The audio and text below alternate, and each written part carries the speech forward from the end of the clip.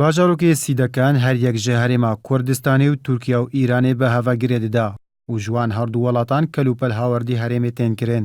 Tevî got bajarok ji aliyê bazirganî ve bi navçeyeke giring tê nasîn, lê heya niha merzê kileşîn wek xaleke sînorî navfermî maye û rûniştvanê sînor jî dixwazin ev xal bibe merzekî navdewletî. مەردی چێلەشین بکرێتە مەرزێکی نێوەدەوڵەتی لەخاترە ئەوەی کە ئێمە چەندین گەنج لە دەڤەری سیدەکان بێکارین بێمەعاشین داوا لە حکومەتەکەین کە ئەو مەرزەین لۆ بکاتەوە کە پێویستین بە هیچ مەعاشەیەک نابی.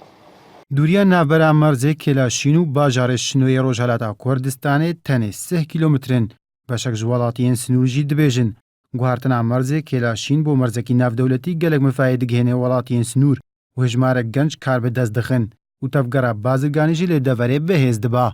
کەس بواری ئابووری باشتر ئەبین خەڵکی گەنجی سیدەکان سا گەنج زۆری لێە چەندەها سەدان گوندی لێە ئەو خەڵکە هەمووی بێ ئیشە لێدا تەنها زراعەتە دیکە هیچ پێ نابێ بیکە. باژارۆکê سیدەکان bê dirêjiya 40 kîlometran hav Sinûra dêgel Tirkiye û bê dirêjiya 5 kîlometran hav Sinûr digel welatê Îranê.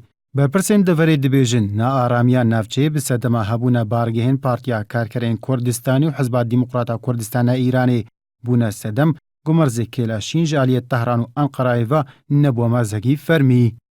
یەکێک لە ئامانجە دووربینیەکانمان بریتە لە کردنەوەی دەواازەی فەرمی لە نێوان کۆماری ئیسلامی ئێران و هەرێمی کوردستان کە ئەمە بێگومان گرنگی خۆی ئەبێتن هەم وەکو ڕەونەقدان بە بازاری ناوچەکەەوە هەم ڕێگریکردن لە دەورەدانی ئابووری هەرێم لە ڕێگەی قاچاقەوە کە بێگومان ئەمانش ئەبێتەوە هۆکارێک بۆ بەهێزکردنی ژێرخانی ئابووری کوردستان.